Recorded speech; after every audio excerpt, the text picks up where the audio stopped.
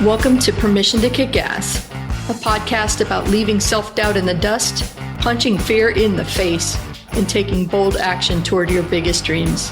I'm Angie Coley, and let's get to it. And welcome back to Permission to Kick Ass. With me today is Vicky, Quinn, Fraser. Say hi. Hi, everybody. Hi, Angie. Almost having too good of a time just laughing and talking about podcast production and all kinds of crazy shit before we even got started recording. But anyway, tell me about you and Moxie Books and what you do. Well, I am a writer, writing coach, book coach. I help weird and wonderful weirdos write their books. Basically, it's like I'm not the person to come to if you just want to bang out a business book that's going to be a glorified business card. I am not that person. There are, and no shade to those people, but that's not me. I work with people who have got who feel called to tell a story and put it down in a book, and who have been thus far unable to do so because, for example, they have a really urgent need to remodel the bathroom rather than actually write the book they want to write. So that is what I do. I used to be a copywriter, marketing consultant, way back when, and now I am a massive advocate for independent publishing, for people to tell their stories, especially for people from marginalized communities and people whose voices have traditionally been shut upon by the patriarchy, white supremacy, and all of that kind of nonsense. I love all of that. Just so much good stuff to unpack in just your intro there. When you say independent publishing, do you even mean like self-published or? I do. And the reason that I call it independent publishing is because self-publishing still has this stigma attached to it, this bullshit stigma. And so I find that, there's still this kind of idea. And I had an email from somebody the other day who's an amazing writer. And she kind of said, somebody came up to me and said, you've published a book. That's amazing. And she was like, well, no, I only self-published it. I didn't want to mislead anyone. And I'm like, no, it's not misleading anyone to say, most people will never write a book and publish it. They just won't, because it's a really hard thing to do. And the idea that your book is only worthy if it's been passed by some gatekeeper in an ivory tower is no longer valid. It's like, your argument is invalid. Stop. It's like, okay, so self-publishing has opened the floodgates and it has enabled anyone to publish, which on the one hand, anyone can publish and there's some real crap out there. But on the other hand, it's just democratized the whole thing. And people who traditionally would not have been taken on by traditional publishing houses now have the opportunity to tell their stories and reach wider audiences. And that is a wonderful thing. Mm-hmm. I love that. I had the exact same reaction when you were saying that, baby doll. It is a hard thing to write a book. I mean, some people like Stephen King sit down and crank out 2,000, 5,000 words every single day, however much he does. And they're just, beast mode until they get the shit done. But the rest of us who sit down and do I really want to write? I have to write today. I don't want to tell this story. Overthinking, like you said, cleaning the bathroom. Remodeling for the 50th time. And you know what? Stephen King's been doing this for 50 years, literally 50 years. Of course, he can bang out a really good first draft. The rest of us, not so much. Mm-hmm. So. And it's interesting because I've been working on my first book for the last few years and it's a business book.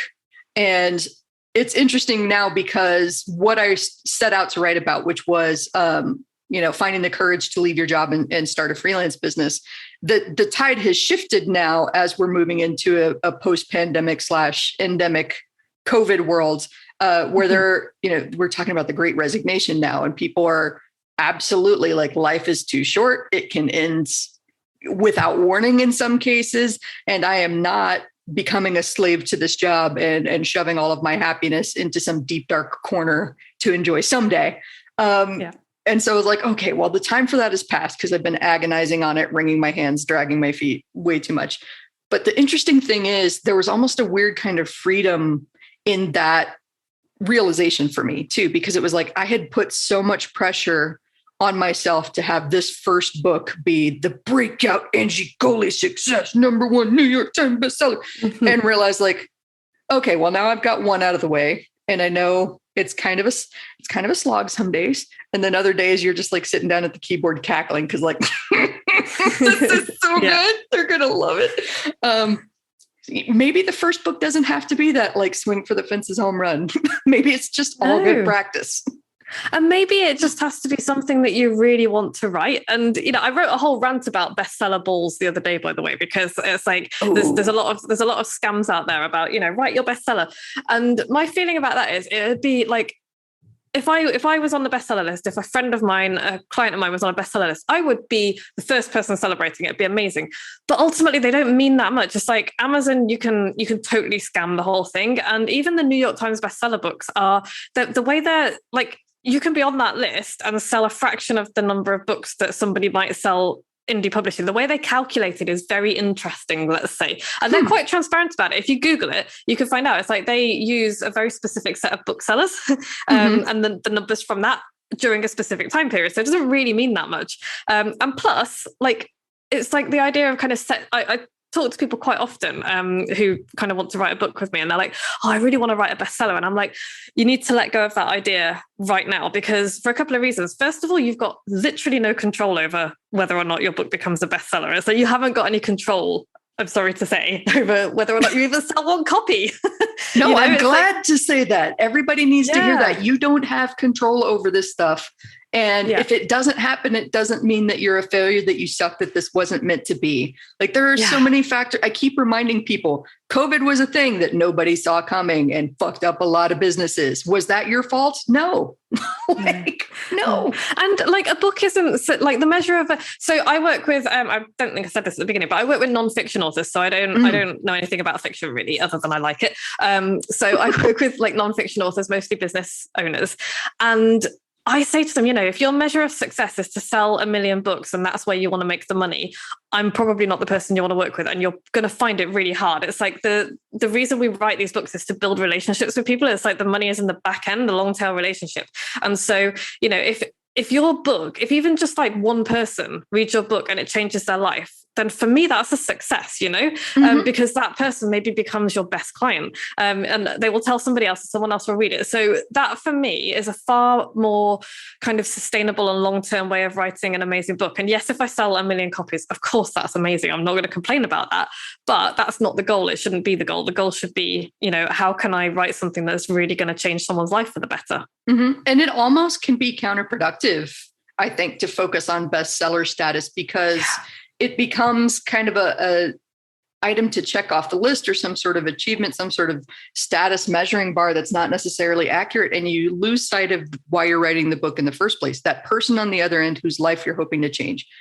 Exactly. Yeah. You're trying to please like a whole bunch of people. You're trying to please a person who compiles a random list. You're trying to please, you know, the publisher in the ivory tower, who is in, you know, almost invariably a middle-class white dude or white woman who just is, you know, has their own agenda. Frankly, they do have their own agenda, and publishing houses want to make money. So, you know, if you can keep fixated on the reason, you know, remember, I've got I'm showing you this really good radio, is a coaster that says, remember why you started, is a really, really good thing to think about. It's like, remember why you started writing your book, what drove you to do it, because it's not an easy thing to do. And if your goal is to become a bestseller, you will crash and burn. And also, how much pressure is that to put on yourself? No, thank you. There's already enough pressure to write a book. So I totally get that. And this feels like such a timely conversation for me too, because I was looking, like I said, at that book that I think is like 85,000 words. It's pretty hefty. I was very proud of myself, even though it took years to kind of get that out. I do feel really good about the content. And when I'm going through an editing mode, I'm like,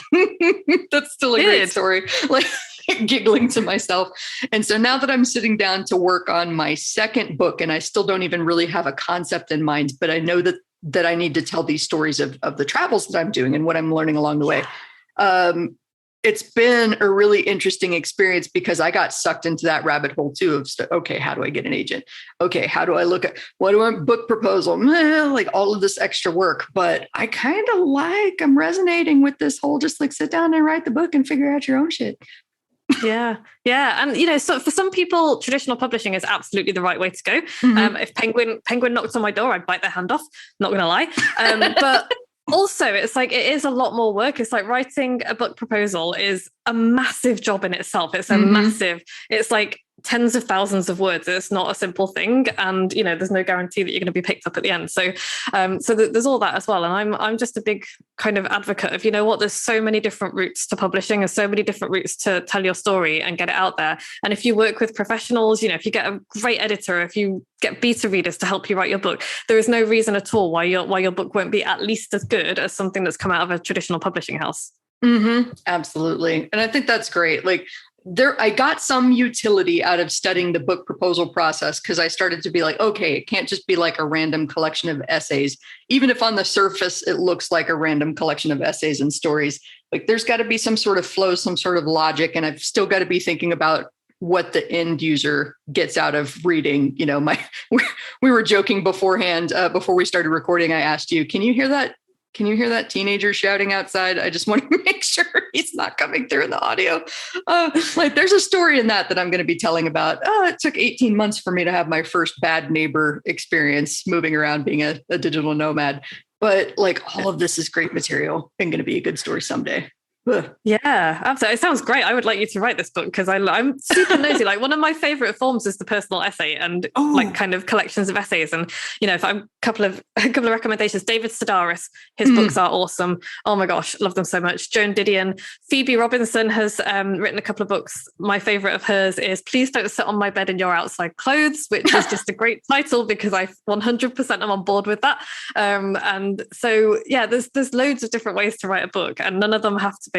But what you said, I'm just going to jump on what you said a second ago about going through the proposal process. It's actually a really good idea, because even if you have no intention of going with a traditional publisher, it does force you to really think about what your book's going to be about. It's a really valuable thing to do, even if you're like, oh, I'm going to self-publish, I'm going to independently publish. It's like, yeah, go through the book proposal process, because then if you do change your mind, you've kind of got it there. And if not, it's a really helpful exercise to go through.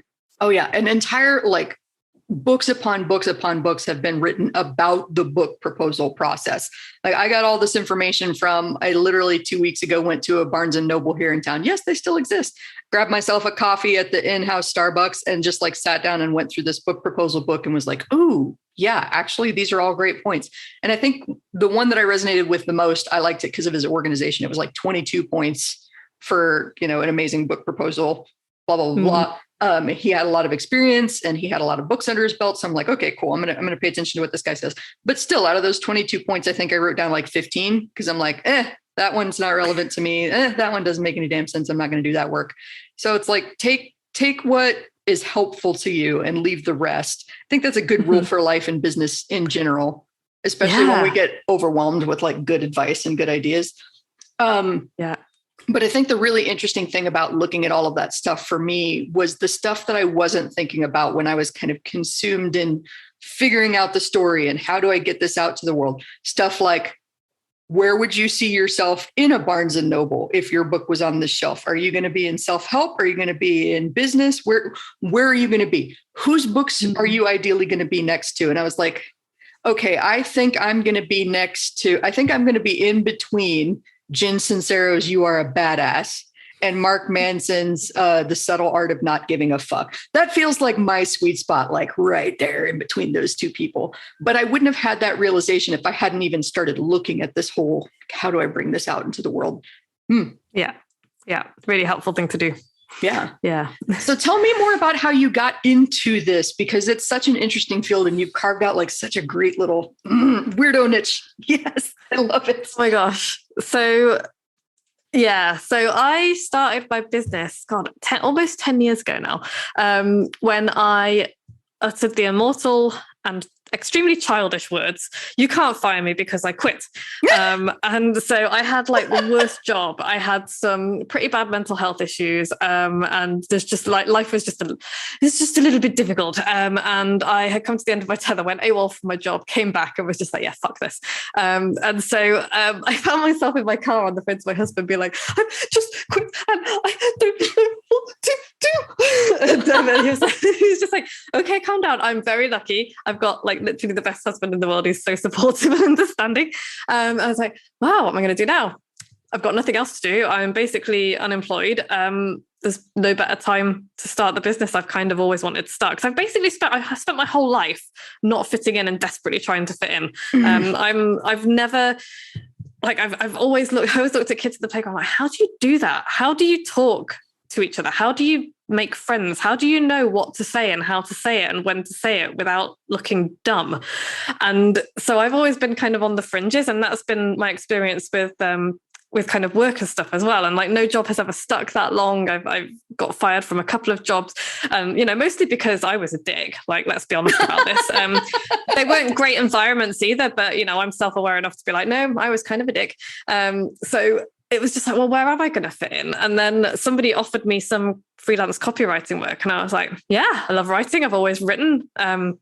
Let's do this. And so I was just like, yeah, I can do this. And it's like my trajectory, and I know this is true of pretty much everybody who starts in this industry, followed a real Dunning-Kruger curve. It was like, I can do this. I'm a really good writer. I'm going to do great. I'm going to say some really stupid things in public. I'm going to feel really dumb. And then I'm going to realize that I know nothing. I might be a good writer, but copywriting is an entirely different kettle of worms. And so it was just like, well, let's go and learn some stuff about this then. So that was kind of where my education began. And, I learned, I studied Dan Kennedy, studied Drayton Bird, studied, the big copywriting names, and did all the things you're supposed to do, and became, I did all right. Running a 6-figure business, had some good clients, and, people were asking me, could you write me a book? And I was like, I have no idea how to do that. Yes, let's do it. So so it was kind of like a yes and and now let's find out about this and let's see where it goes. Absolutely loved it.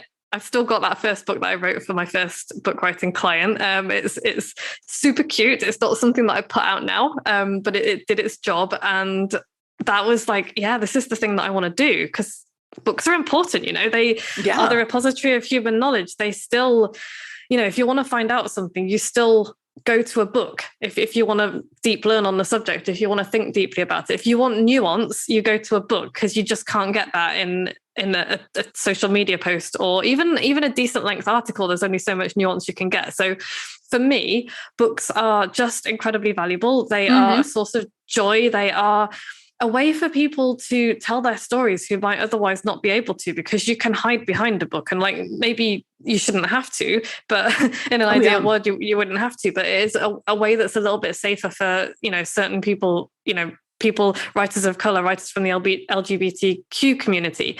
It's a way for them to put their voices out there, put their stories out there. That is just less, I don't know, it just feels like less of a kind of aggressive place to be. Yeah, I think in the world of books.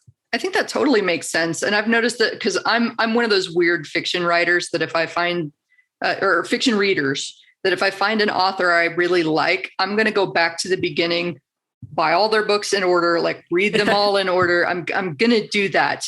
Right now I'm on my second reading of the Dresden Files series by Jim Butcher, which I really love for all the snark. Have you listened to the audio version? Because it's James Masters from Buffy reading it, and he's so good. Oh, that's so great. Okay, I'm gonna have to do that. Maybe that's a good way to get myself up and doing more walks around my neighborhood, just like listen to that series. But it's really cool because if you do read it in order, you can see Jim Butcher and his writing style maturing right alongside the hero of all and like how he's growing up as a character, how he's growing up as an author. And I think that a lot of the best authors out there, fiction and nonfiction alike, are using this work to kind of process their own shit, figure out what's going on in their own life, and like share little stories that they've learned along the way. So that's really interesting.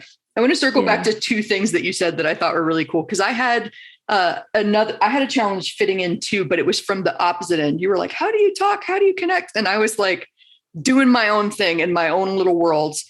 And I would always get the message of like, you're too much, which would eventually like compound to the fact that I second guessed everything and stopped interacting with people. So I love the fact that, like, God bless the internet, flying spaghetti monster, bless the internet, whatever the hell you believe in.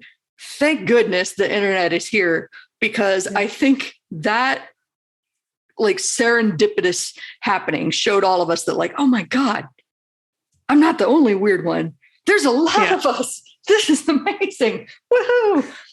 Yeah. And it's the more I've leaned into that weirdness as I've gotten older, I've talked about this on past episodes of the show, but the more I've found my people, and that's a genuine relationship, a genuine attraction versus what I grew up in. I grew up in South Texas, and I call it Southern woman syndrome, where it's like politeness to your face, being a bitch behind your back. I don't like that. I've hated that my entire life. Like that just feels, it's very disingenuous.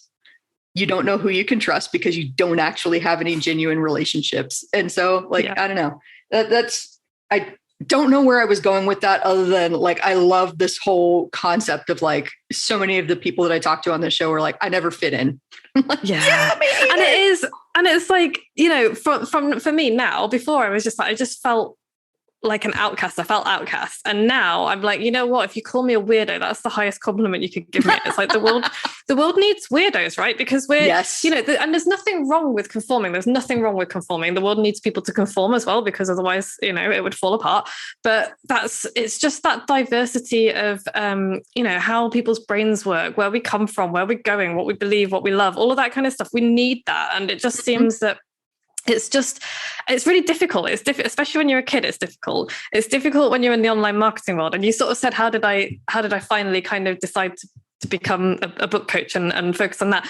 It's really funny because we were talking at the beginning before we hit record about the male-dominated world, and it was a thing that happened at an event. And I'm certainly not going to name names or anything, but I was meeting one of my heroes, one of my marketing heroes, and I was so excited because he sat down opposite me at this dinner, and the first thing out of his mouth was, "Oh, so you're looking to become the next Mrs. Fred Blogs then?" Because I was there with a client of mine, and I was like, you know, when like everything, I just had a ringing in my ears, and it was just like, what the actual fuck? They can't see my face, but like my jaw just dropped and I did like the sideways head tilt of like, what the actual fuck? So I can't be here wanting to stand on my own talents without wanting to fucking marry someone. Right. And I was just like, you know, when like the French call it l'esprit d'escalier, which is like when you think of the perfect comeback 2 days later. And it's just like, so I was just sitting there and I was like, fuck, who heard that? Like there was a whole did my client hear that? You know, there was a whole table full of people who were really good contacts for me. And I was part of the reason why I was super excited about being there. And it was in that moment I was like, I can either flip the table and leave, or I can burst into tears, or I can kind of do the thing that women are expected to do, which is smile and laugh and carry on. And I was just like, no, you know what? This is not a table that I want to be part of. This is not a world that I want to work my way up to. This is not a group of people that I want to be at the top of. And so that was the moment when I was like, you know what? I can do my own thing. I'm not interested in having any of these people necessarily as my clients unless we're a really good fit. I'm not interested in impressing this dude anymore. It's super disappointing. And I am not interested in kind of being a part of this online marketing world where we manipulate and shame and blame people into buying shit from us. It's like, I'm done with all that. And that was the moment where I was like, you know what? The stuff that I've always enjoyed doing more is building those long tail relationships, and a book can be such a powerful part of that. And I was just like, it's going to take me longer. It's going to take me longer to get where I want to be, but that's okay because I can keep who I am. I can keep my identity and remain the person that I am without that pressure to kind of try and fit into this world that frankly is a big steaming pile of poo. So that's kind of how I got there. I think I've finally come up with like the perfect response to all of it. And it doesn't even matter what they say. If they make a comment about your abilities, your origin, your ethnicity, your language, your gender, anything. If they make an awkward comment, I just kind of look at people and say, wow, what a weird thing to say. I love that. I wish I had said that. Yeah. It's taken me a long time to come up with that. And I still sometimes get so stunned by some of the, and I generally assume positive intent and like ignorance instead of malice, but you know, I'm over ignoring unintentionally rude people. And like, I know that you didn't mean to be rude just then, but what a weird thing to say. Why did you actually say that? Like what were you trying to accomplish there? I would have loved to have had that response because I'm 100% sure he didn't mean anything malicious by it. Like he didn't want to hurt me. He didn't know me, but it was just that, it's the boys club thing that is just, that it's that culture. And that was the thing that was like, I still think he's a great copywriter and, great marketer and all the rest of it. I'm, not going to fall out with him if I ever meet him. But it was just like that initial shock. It's like, wow, we're still doing this, really? Yeah. It's just like, really? And that kind of humiliation and the embarrassment and all of that kind of stuff. And that was the moment where I was like, yeah, there's no ill intent there, but I'm done with this. Mm-hmm. Well, not very, like, it's fun. I want to give it context to what we were ranting about before we started recording too. I was telling you that, so, for everybody that's new to the show, I've given this spiel before, but copywriting is like sales writing. It's really geared toward getting results. And like Vicky said, it's about persuading someone. It's about showing them the features and benefits, like really strong sales messaging. And I've been in this world for over a decade. And in 2020, we're all at home. We're all turning to the computer for our community and our entertainment in between Netflix breaks and baking sourdough bread for some reason. And I was a member since I'm known as an industry leader at this point, having been in the field for so long. I was in probably like half a dozen, if not more, copywriting groups.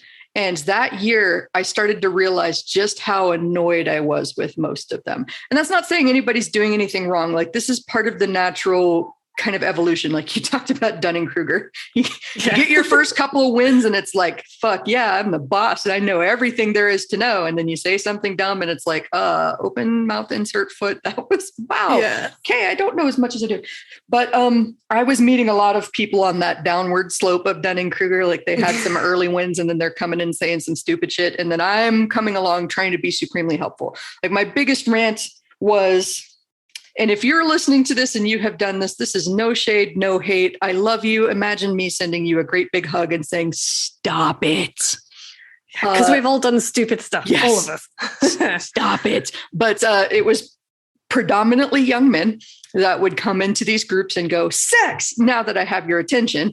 And I'm like, let's talk about how this is, one, problematic, and two, not quite as effective as you think it is. And they would argue with me over, yeah, but it got your attention. I'm like, is it the same thing as me getting out my wallet and trusting you with a purchase? It is not. So like, yes, we do need to talk about getting attention. And we also need to talk about keeping it and establishing a relationship. And so like, I would get into so many arguments with these people who would, by the old boys club logic, like I said, usually young men, look at me, look at my name. I've got a profile picture that's of me as the evil queen from Snow White rocking out on a stage. Amazing. And they don't know who I am. They don't know what my experience and my qualifications are. And they assume, stupid woman, know what she talk about. And I'm like, I mean, cool. I've only made almost $100 million worth of sales in my long career. I've worked with some pretty big names, accomplished some pretty big shit, but yeah, I don't know what I'm talking about. By all means, keep shouting sex at people. Yeah. It's funny, but it's also just boring. Mm-hmm. It really is. It really is. As is like all of the people, usually again, dudes fawning over ads from the 50s of like women being spanked for bringing home the wrong coffee. Like, that time is over, guys. Stop romanticizing it. Start recognizing and honoring the facts that people who have uteruses typically do the majority of the spending. Yeah. Might want to start respecting them. Just saying. Woo. Sorry. A little bit of soapbox. No. It's a good shiny soapbox. I like it. All right. I do have the second thing that I wanted to circle back to was the fact that somebody asked you to write a book and you were like, I have no idea how to do that. Let's do it. Yeah. So that was terrifying. But like I'd spent my whole life, like I said, kind of trying to fit in and really trying to conform to the stuff that I thought I was supposed to do. I got married really young. Same. First time round, age 20. Same. And that did not work out. He was he's a good guy, but it did not work out. And so it was just like, all of these things that I felt like I was supposed to do. You're supposed to go and learn this stuff. You're supposed to be an expert before you do the thing, and millions of years worth of experience, blah blah blah. And don't get me wrong, if you're going to do brain surgery, that's absolutely the right thing to do. Yes. Please go get certified and let me know that somebody else has supervised you doing at least a couple surgeries. For sure. And if you're teaching stuff as well. So this is like don't teach people to do shit if you can't do it. But yeah, my thing was like, if you're a creative, if you're doing something creative, it's okay to not know how to do something and then give it a go. And my client knew that. This was, I was not pretending to be an expert book writer. I was not pretending to be an expert ghostwriter. There was none of that. She was like, how do you fancy giving this a go? And I was like, I'm absolutely game for that. And together we put the book together. So that was, I was really lucky in that I had a really great client, and she was very, very supportive. Her business was very supportive. And it was like, let's just see what happens if we do this. It was incredibly successful. It was not a book like you would look at the book now and be like, oh gosh, that's very amateur. It's very self-published and all the rest of it, because it is. But it did what it needed to do for her at the time, which was to build these. It was form part of this incredible direct mail series that I helped her put together. And, you know, it made her millions, like literally millions. They were a recycling company. And so it didn't have to be, and it's not the kind of book that I would do now, but it was a really great start for me to realize that actually this is a way to kind of really do something a bit deeper than just sell stuff, because the book was all about educating people into like the ins and outs of the recycling industry and how it works, how it doesn't work, how it's getting fleeced, what you can believe, what you can't believe. So it was a genuinely valuable piece of work.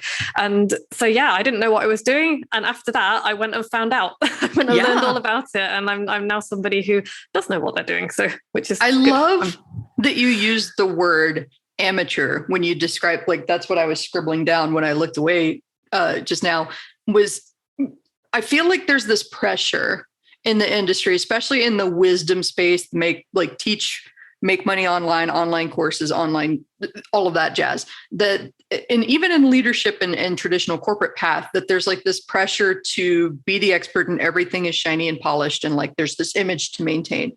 And it's like, well, first of all, there's a couple caveats there. It has to start somewhere. You weren't born an executive. Chill the fuck out. Like, you literally, this is not Boss Baby. You didn't come out of the womb like that. It's okay. Two, when you're smaller and you're still growing, yes, your efforts are going to be amateurish. They're not going to be as polished as they could be, but the polish comes from the experience. It comes from putting the amateur work out there and getting better and better and better with every iteration. Plus, when you're putting out the amateur work, less people are paying attention. It's fantastic. Yeah.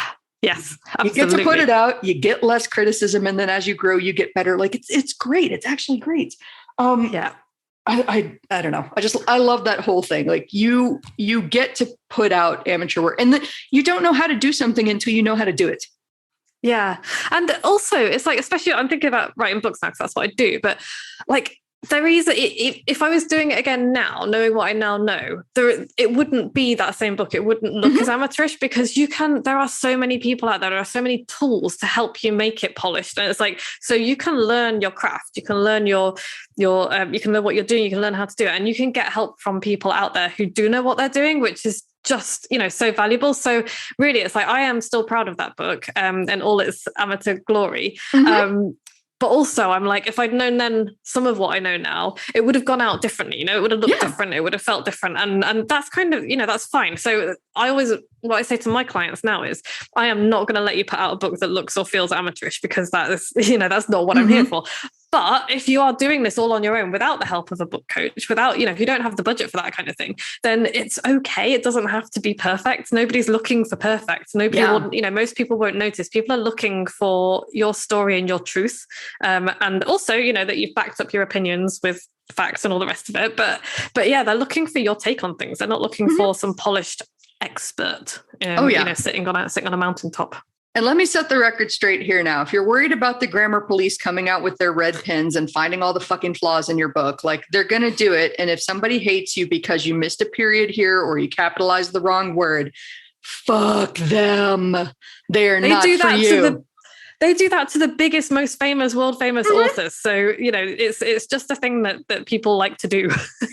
I've caught typos in books that I was reading. And did I smile to myself and go, even the big boys do this, big girls? Yep, absolutely I did. And then I kept reading the story, and like, that was all it had to be. But like, if you're worried that people are going to hate you because you make a mistake, I would say those weren't really fans or people that liked you to begin with. They were looking for a reason to hate versus a reason to love. So like, my life and my business, my outlook really, really changed when I started focusing on this idea of like, do I like you? Why do I care if you like me, if I don't like you? And it's okay. Like, I don't have to like you, and you don't have to like me. And I am certainly not going to change my own damn self and my way of doing things to please someone that doesn't like me and is probably never going to. Oh, absolutely. Absolutely. And you've just reminded me of, I was listening to Secret Lives of Black Women podcast, and they were interviewing a doctor, a literal rocket scientist whose name I cannot recall right now, but she was saying that like she was talking actually about dating and how difficult it is to date when you're that smart and that kind of accomplished, all the rest of it. And she was talking about how her love is a gift and she puts it out there with no expectation of anything in return. And I was like, well, if that is not an amazing metaphor for creative work, I don't know what is, because it's like we have no control. Like if we put stuff out with strings attached, if we put our writing out with strings attached and our books out with strings attached, we have no control over what people are going to do with that, over how they're going to receive it, over how they're going to read it, how they're going to feel. And so being able to let go of that is such a valuable gift. It's such a valuable skill to learn. It's like, I am creating this thing. I'm doing the best that I can with it, and I am gifting it to the world. Yes, I want it to do stuff for me. I want it to bring me clients. I want it to do this, that, and the other, but it is my gift to the world, and I am going to put it out there and let it go. And what comes back to me, I will receive. You know, if I get hate, then that's fine. They can do the hate. If I get constructive criticism, always welcome. I always want to be improving. And if I get love, then that's just a bonus, you know? Yeah. So for me, that was an incredible message and an incredible kind of lesson to learn. And I love that you have said that. And it's like, yeah, that's, you know, why do I care what other people, why do I care what the haters think? I mean, it's hard not to, but also we shouldn't. It's hard not to. And especially that there are some people that just go out of their way to spew such vitriol. But I've started in recent years this practice of seeing it like, okay, again, going back to you weren't born boss baby. Nobody on this planet was born a monster, was born a bitch, was born an evil person. There is a set of circumstances and occurrences that happened to them, positive or negative, that led them to making these choices. And I'm not absolving them because they've made choices. They have some responsibility in how they are behaving. Absolutely. I don't have to forgive them.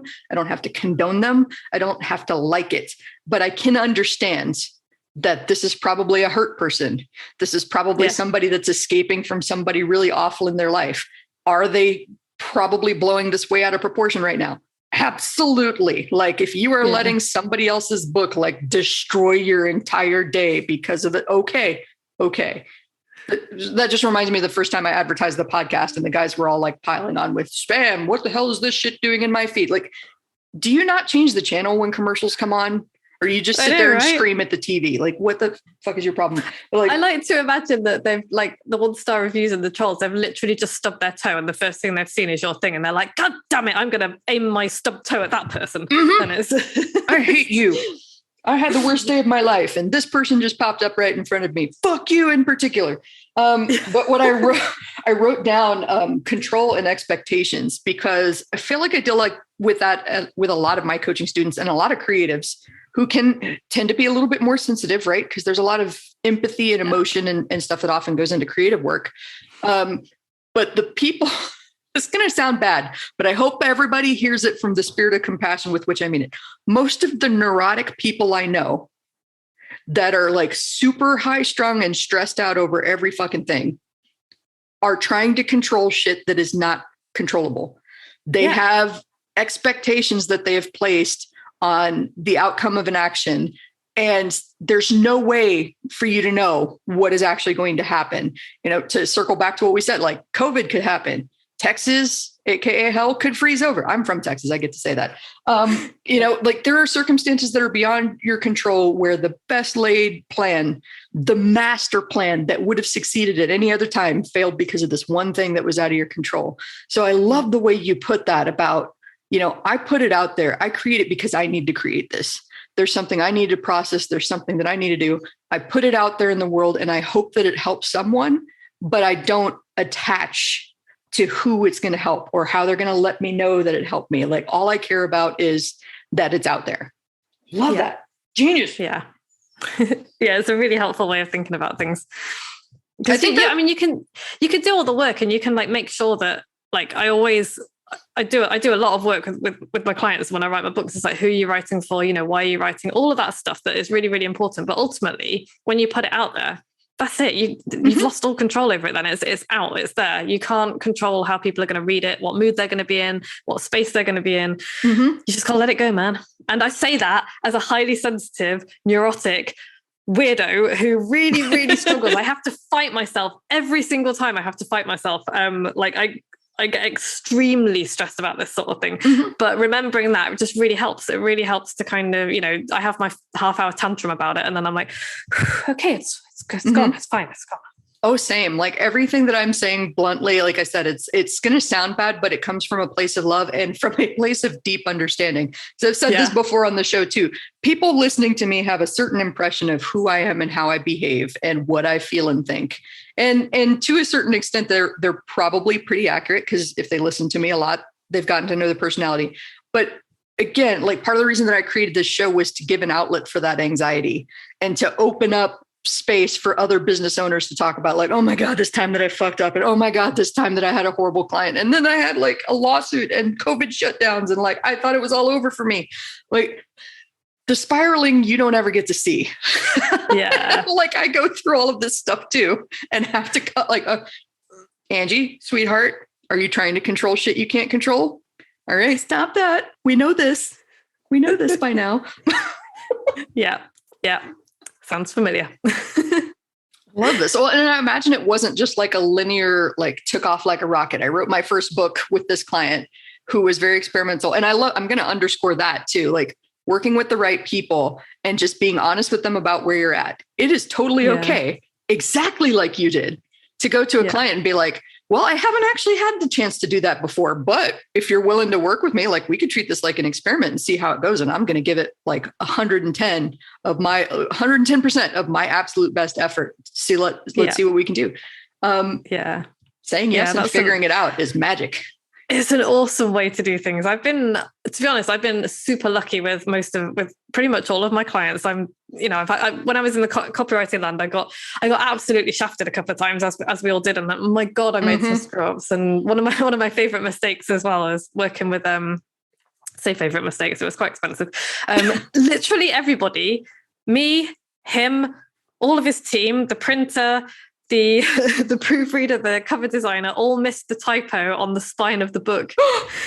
And we printed so many of them. And it was just like, when you just like, the blood drains from your face and you're like, oh, what have I done? And it had gone through so many people and none of us had spotted it. So it wasn't like, I didn't take that whole responsibility on myself, but I took quite a lot of it. And we were like, right, let's work out how to do this. And, we shared the costs of the printing and blah, blah, blah. And he ended up kind of doing it as a limited edition. Spot the mistake. You're never going to get a book like this again. And so it kind of worked out. But my God, it was stressful. I was just like, I can't believe I've done this. But out of that came my client checklist, which I now make freely available to everybody. It's like, nothing goes to print until you've ticked every single one of these damn boxes.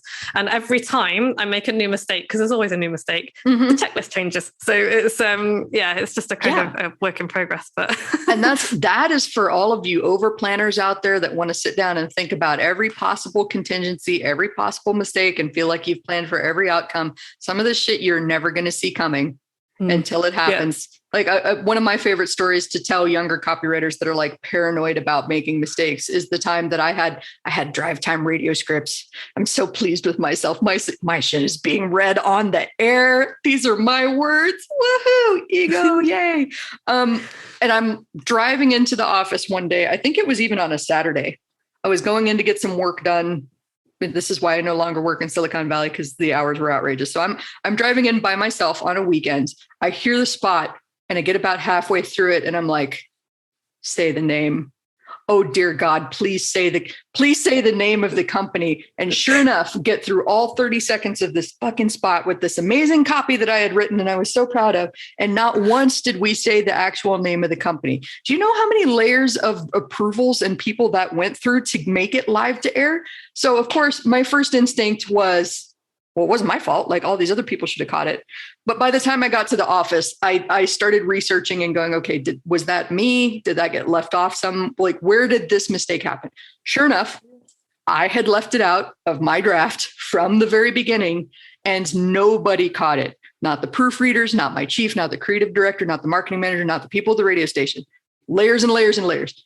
And so I went to my boss and was like, So I don't know if you heard the Drive Time radio spot this week, but I did. And guess who left out the name of the company? So we just paid a lot of money to run this spot for like basically no hope of return because people don't know where the hell they're going with this. And he was like, he was impressed with the fact that I brought it up because I very easily could have just buried that and been like, all right, well, moving forward, internal checklist, make sure that we don't forget the name. But I told him that because I was like, yeah, I think it needs to be part of a checklist somewhere that we're all looking for this and making sure that the name is there in case I forget again. Yeah. I love that story. I love the fact that you owned it. I love the story. And I particularly love it because I once ran an ad for a client without any kind of way for them to get in touch. No URL, no email address, no phone number, nothing, just a pointless ad. with pretty pictures and pretty words and no way of getting in touch. So I totally feel you. And it happens. Like if anyone's listening and you're terrified, this shit happens. It happens all the time. It's not the end of the world. It is fixable. Yep. Make a checklist. Make a pre-flight checklist. Like I'm in the process of hosting my first event. It's going to happen here. We're recording this in April. And in a couple of weeks, I'm going to have my first live event. And I've already told my assistant, like, let's create some sort of pre-flight checklist that like I can get up in the morning and have my coffee and like look at the stuff that I got to do for the day. And then then if I get that thinking done in advance, like some sort of pre-flight checklist, the ways that I can prepare myself for this day, I think I will be better able to handle anything that goes off the rails. Yeah. Great because idea. I've done that thinking. And then we'll have the list created already. So I can go, okay, so between steps 6 and 7, we were missing something. Let's add this in there and make sure that next time I don't forget to do that. Yeah. Honestly, my whole life is run by lists. I literally, lists. I have lists of lists and I'm looking at a list right now. It's on the screen. So we ran down a checklist right before we started recording too. I think a lot of people, they've kind of chuckled at the fact, I'm like, all right, I'm going to run you down this list, but it actually really helps me make sure that everything is prepared. And I got to tell you, probably like 10% of the time, somebody that tells me that they turned off their notifications right as I'm about ready to hit record. I'm like, all right, are you ready? Take a last sip of water. Here we go. Bing. Yeah. Like, bing, bing, bing. You told me you turned it off. This is why we had the checklist. But yeah, checklists are great. Mistakes are inevitable. Don't expect to be perfect. Say yes and figure shit out. Be open to the opportunities that present themselves. Like one of the reasons that I'm kind of surprised because I was talking to my life coach about this last week. I feel I'm stressed out about how much I am not stressing out about this event. And like I said, it's my first live event. And there's a couple things that are happening kind of in my background experience that are influencing this, right? One is my context of events usually is 1,000 people coming in from international, giant hotel venue with lots of moving pieces and different rooms and different, like there's a lot of stuff happening. And so of course that's going to be stressful because like one tiny change to the agenda has a ripple effect on all of this other stuff. And then there's team communications and things that have to happen. I've been part of an event where the hotel didn't finish their renovations on time and didn't have the allotted number of rooms that they had promised when the contract was signed. And so we had to like on the fly a month in advance be like, all right, well, you don't actually have the room that the hotel says you have. Here's our solution. Here's what we found. Here's and we were totally honest with them. Like, this is what happens. We're struggling with the hotel. Here's our solution. Hope that you'll bear with us. Did some people cancel? Probably. Did the other people have a great time that stayed? Absolutely. So bringing that back to this event experience, first of all, I'm not doing 1,000 people, not for my first event. I'm doing 12. Second of all, the people that I invited to this event, being my first event and being rather nervous about, can I put on a good learning experience for these people? They're all people that I know. They're all people that already have established businesses. So I'm not having to test things out on people that don't really know what they don't know. And I think I've spent enough time with all of the people that are going to be here to know that even if I screw up, they're going to be like, well, that was dumb. Come on, Angie, what are you doing? We're going to have a good laugh. We're going to move on. And then I'm going to talk to my assistant afterward and be like, well, I kind of made an ass of myself at this one spot. Let's fix that next time. And most of it's going to be fine. And one of the things I've learned over the years, and I'm sure you've learned exactly the same, is most people genuinely want to see you succeed. Yes. Most people don't want you to fall on your face. Like there's a tiny minority who take pleasure in that kind of thing. But most of the people that we encounter in the world, they genuinely want to see us do well, especially the people that we attract into our worlds. Because, mostly, I like to think I don't attract dickheads into my world, and I'm sure you don't either. So it's like, of course they're going to want to see us succeed. They're going to want it to be the best it can be. Well, yeah, and there's a self-interest in them seeing you succeed too, right? Because if they're admiring you, if they're looking to you for some sort of leadership or some sort of guidance, inspiration, your success shows them that their success is possible. Of course, they're rooting for you to succeed. They don't want to see you fail, because then all of a sudden their whole house of cards comes tumbling down, and it's like, can I really do this if this person failed? And that's why I love like what this show has become, how it's kind of evolved since the beginning. Somebody recently asked me they were referrals, so they didn't really know me and they hadn't listened to episodes of the show. So they're like, who is this for? Who are you talking to? And I was like, how at entrepreneur events, we're usually sitting at the bar talking, and like, there's a difference between what we're talking about at the bar and what you're talking about publicly. Publicly, it was like, I turned this simple idea into $1 million, blah, blah, blah. Like, and at the bar, it's like, oh my God, I thought it was the end. I had this 6-figure lawsuit. I had the COVID shutdowns. Then I had the nightmare client from hell. And it was just like, at the bar, we're sharing the war wounds, the battle scars, the survival stories, and we're laughing about like all of this trouble that we've been through in business. It's a bonding experience. And on stage, we're talking about all I do is win, win, win, no matter what. Like, and nobody buys that anyway, really. I know. So it's like, if I could describe this podcast in a nutshell, it's giving new growth stage entrepreneurs or entrepreneurs that are struggling the chance to be a fly on the wall while we're sitting at the bar talking about all the shit that's gone wrong with our businesses.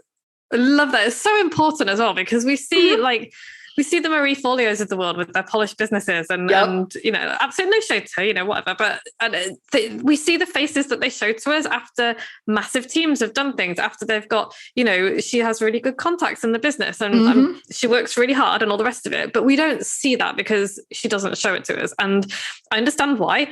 I don't think it's the right decision. I understand why, but like we look at that and we're like, oh, we can do that too. We could just do that thing, take it and do it over here. And it's like, that's not how this shit works. And it's just, so I love the fact that you have got this show and you're getting people on to be like, no, you know what? Nobody knows what the fuck they're doing. We're all just making it up. We're trying stuff out. Some of it works, some of it doesn't. And everything usually turns out okay at the end.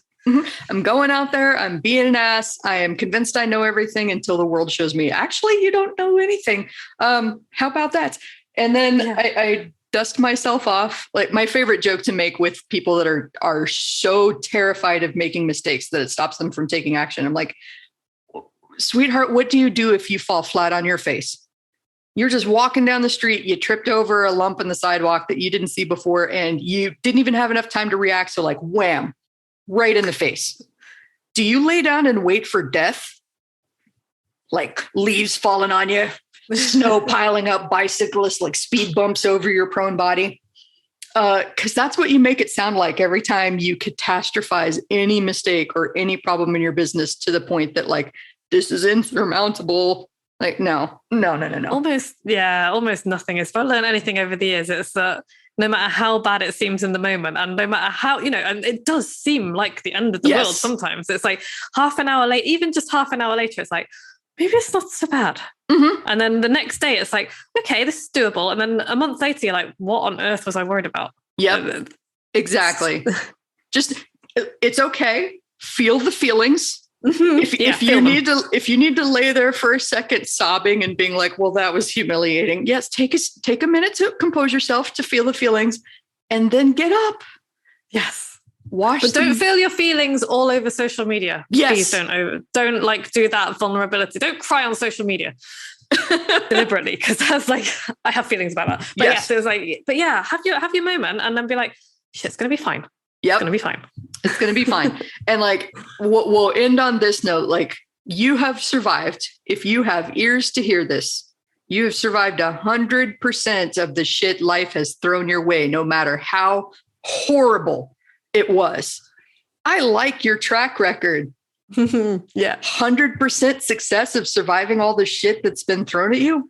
Man, look at you go. Yeah, keep that shit up. Love that. So, Vicky, for anybody that wants to write a book, and I imagine everybody listening to this is going to want to write a book with you now, where can they learn more about you? Oh my gosh. Well, my website is moxiebooks.co.uk, where you can find all manner of things, including my blog, my book, my podcast, all that kind of thing. I am on Instagram at Tiny Beetle Steps, all one word, because I believe that we need to, baby steps are sometimes too big. So I'm like, let's do tiny beetle steps, really tiny steps. Nice. Also available on LinkedIn, being a weirdo over there in the world of grey suits. If you search for Vicky Quinn Fraser, you'll find me. I've got blue hair. I'm not easy to miss. And yeah, I think those are probably the best places. Awesome. I'll make sure that they have clickable links in the show notes so they can go check you out. This has been amazing. Thank you so much for coming on the show. And we're going to have to do a part 2. Just rant about all the things. Oh, absolutely. Thank you so much for having me on. This has been a delight. It's been an absolute delight talking to you. So that is it. Another awesome episode of Permission to Kick Ass on the books. If you want to know more about the show, if you want to know more about me, Angie Coley, and the mission I'm on to help entrepreneurs punch fear in the face and do big, bold things, then head on over to permissiontokickass.com. That is all one word together, permissiontokickass.com. Make sure to sign up for my email list so that you know whenever there's a hot, fresh, and ready podcast episode out for you. And also on Mondays, I like to send out a little newsletter called Kick Monday's Ass. I'm sure you're totally surprised by that. So thank you for being here with me today. I'm Angie Coley. Make sure that you share this with a friend that needs to hear this message today. Like it, share it, comment wherever you're listening to this today, and let's go kick some ass.